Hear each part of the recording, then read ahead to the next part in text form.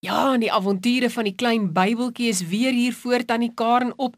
Weet julle dat Tannie Rona Peens dit spesiaal vir julle maatjie skryf? Elke week skryf sy 'n nuwe storieetjie en dis die avonture van die klein Bybeltjie uit die Bybel uit. Die 26ste boekie en vandag gaan dit oor Moses se ongehoorsaamheid. Baie dankie Tannie Rona. Colette trek haar mamma aan die hand. Kom ons gesit op daardie stoel asseblief, mamma, my beentjies is al moeg gestaan. Wanneer kom pappa se vliegtuig? Sy en haar mamma en Boetie wag vir hulle pappa op die lughawe. Mamma sug. Dis 'n plan, die vliegtuig van Londen af is 40 minute vertraag. Reino staan nader. Mamma, het met my geraas toe ek gesê het Colette is vertraag. Ja, Reino. Mamma klink sommer weer kwaai. Mense is nie vertraag nie, die vliegtuig is want iets het gebeur dat hulle nie op skedule is nie. Colette sit haar elmboog op mamma se knie. Wat is daai skedule? Mamma lag. Dit my poppie is 'n sekere program. Vliegtuie, treine en busse het sekere tye waarby hulle moet hou. Colette draai weer om in die stoel. Haai, kyk net hier lê 'n klein boekie. Mamma kyk verbaas daarna. Maar dis 'n Bybeltjie. Iemand moes dit hier vergeet het. Reino buig oor en vat dit. Oh, dis vreeslik mooi. Is daar nie 'n naam in nie? Reino is 8 jaar oud en kan al lees. Mamma kyk rond. Ek wonder of hier 'n kantoor is waar 'n mens verlore goedere kan ingee. Mamma? Wil Colette weet.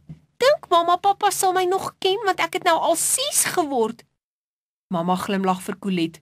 Natuurlik sal hy jou nog onthou. 3 maande is nie so lank nie en hy het jou mos met jou verjaarsdag geskakel. Reino maak 'n snorkgeluid met sy neus.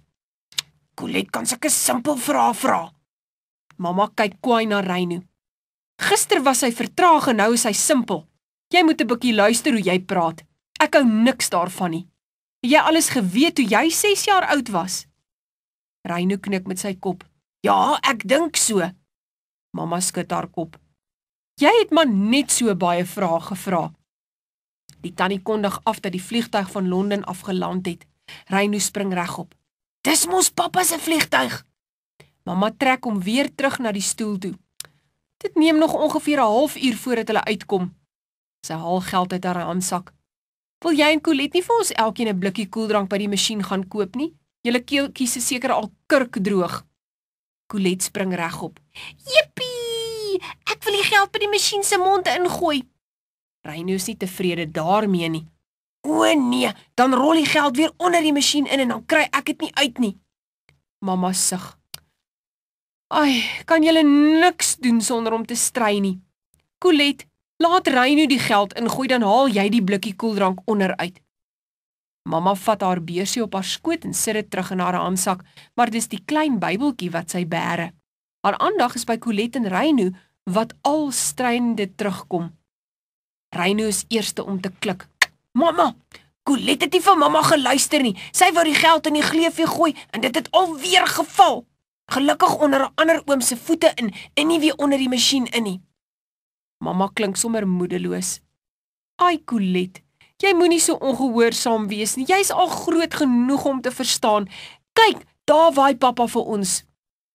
Colette en Reino hardloop na die groot glasskuifdeure toe en waai vir hulle pappa.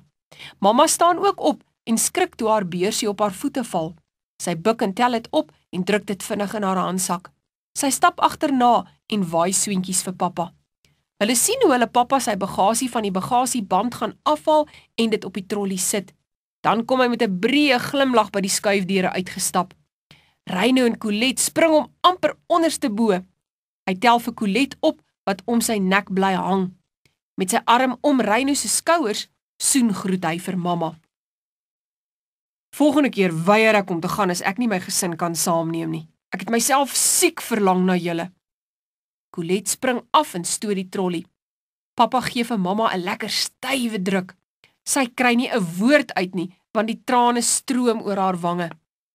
Colette stamp 'n oom van agter met haar trolly, dat hy sommer so wip van die skrik. Pappa gryp daarna en Reino staan ook nader en sê, Colette, laat ek die trollie stoot, want ek kan darm bo-oor sien of daar mense voor is. Colette ruk die trollie een kant toe. Ek kan self stoot, ek kan! Mamma kom staan agter haar en sê sag, sodat die ander mense nie hoor nie. Jou ongehoorsaamheid gaan nog maak dat jy in groot moeilikheid kom. Gee die trollie vir Reino om te stoot en gee jou handjie vir my. Net nou raak jy weg. Sy stamp die trollie na Reino toe, wat dit net betyds keer. Toe mamma haar handjie vat, ruk sy los en stap vinnig vooruit. Pappa sit sy arm om mamma se skouers. Dit lyk vir my niks het verander nie.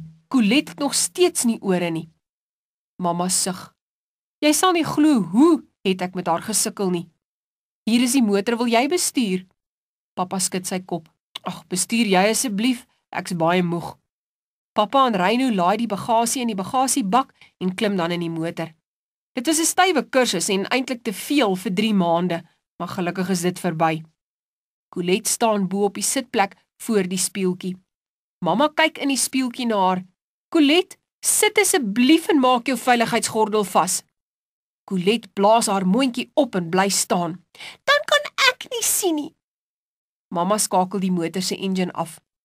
Dan bly ons nou maar net hier. Arme pappa met sy seer en moe lyf na 14 uur op die vliegtuig moet nou ly omdat sy dogtertjie ongehoorsaam is. Colette bly nikkerig staan. Reino gee vir pappa en mamma hulle koeldrank aan. Hier is julle koeldrank en hier is mamma se kleingeld. Mamma kyk verras na die kleingeld. Ek het vir jou net genoeg geld gegee vir 4 koeldranke. Waar kom die kleingeld vandaan? Reino kyk na sy sussie voordat hy vir mamma antwoord. Colette was kwaad omdat ek self die geld in die masjien gegooi het en wou toe nie koeldrank hê nie. Colette buig oor na Reino se koeldrank toe. Ek wil nou hê, gee vir my joune, boetie.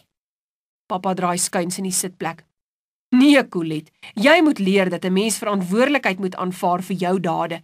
Jy was ongehoorsaam en nou kry jy nie koeldrank nie. Sit nou dadelik en maak jou gordel vas sodat mamma kan ry. Ek is baie moeg en nie lus vir jou nikke nie. Moses het die beloofde land misgeloop omdat hy ongehoorsaam was. Mamma vat haar handsak om die kleingeld daarin te sit. Hoe kom die klein Bybeltjie in my handsak? Het een van julle dit daarin gesit? Reino en Colette skud hulle koppe ontkennend. Pappa vat die Bybeltjie by mamma. Dis baie mooi, waar het jy dit gekry? Mamma wys in die rigting van die ontvangsaal. Daar, op een van die stoele toe ons vir jou gewag het. Ek wou dit nog by 'n kantoor vir verlore goedere gaan ingee het. Pappa blaai daarin. Ek sal 'n donderdag saambring en gaan ingee as ek Kaap toe vlieg. Nou wil ek net eers by die huis kom. Colette, sit, voordat jy ook die beloofde land misloop. Colette gaan sit vinnig en maak haar veiligheidsgordel vas. Wat is die beloofde land, pappa? Mamma skakel die motor se engine aan en ry. Pappa blaai in die klein Bybeltjie rond. Onthou jy dat ek vir julle vertel het van Moses wat saam met sy broer Aaron die volk Israel uit Egipte land gelei het? Reino steek sy handjie op asof hy in die skool is. Ek onthou deur die Rooi See en in die woestyn waar die Here vir hulle gesorg het met manna en kwartels. Colette knik met haar kop soos wat sy met haar boetie saamstem. Ek onthou ook die bitter water by Mara en dat Moses 'n hout daarin gegooi het en toe die Here dit soet gemaak. Het dit soos koeldrank gesmaak, pappa? Reino kyk na Colette en wil weer iets lelik sê toe hy sy mamma se oë in die spieeltjie sien. Hy sit dadelik agtertoe en bly stil. Pappa lag. Nee, Colette, dit was net soos ons water vandag. Ek dink die bitter water was maar net 'n frank smaak soos in die Kalahari. Die Israeliete het vreeslik gemurmureer. Nou murmureer is om te kla oor alles. En hulle het vir Moses moedeloos gemaak. Kyk, hier is dit in Numeri 20 vers 8. Die volk het weer gekla omdat daar nie water was nie. Moses en Aaron het toe gaan bid en vir die Here gevra wat om te doen. En hier is die Here se opdrag. Neem die staf en laat die vergadering byeenkom, jy en jou broer Aaron, en spreek julle die rots aan voor hulle oë, dan sal hy water gee. So moet jy dan vir hulle water uit die rots laat vloei en die vergadering en hulle vee laat drink. Toe neem Moses die staf voor die aangesig van die Here weg soos hy hom beveel het. Daarop tel Moses sy hand op en hy slaan die rots 2 maal met sy staf. En daar het baie water uitgekom, sodat die vergadering gedrink het en hulle vee. Maar dit was nie die opdrag van die Here nie. Moses was ongehoorsaam. Luister net hier wat sê die Here toe vir hom. Omdat julle in my nie geglo het, om my voor die oë van die kinders van Israel te heilig nie, daarom sal julle hierdie vergadering nie in die land inbring, wat ek aan hulle gegee het nie. Hierdie land is die beloofde land, Kanaan. Toe word Aaron saam met Moses gestraf, omdat Moses ongehoorsaam was. Colette trek haar mondjie op 'n plooi. Papa, ek wil nie Kanaan toe gaan nie. Papa skud sy kop. Ons beloofde land is nie Kanaan nie. Ons beloofde land is die hemel. Die Here is vreeslik gesteld op gehoorsaamheid, en die van ons wat ongehoorsaam is, gaan nie eendag hemel toe nie.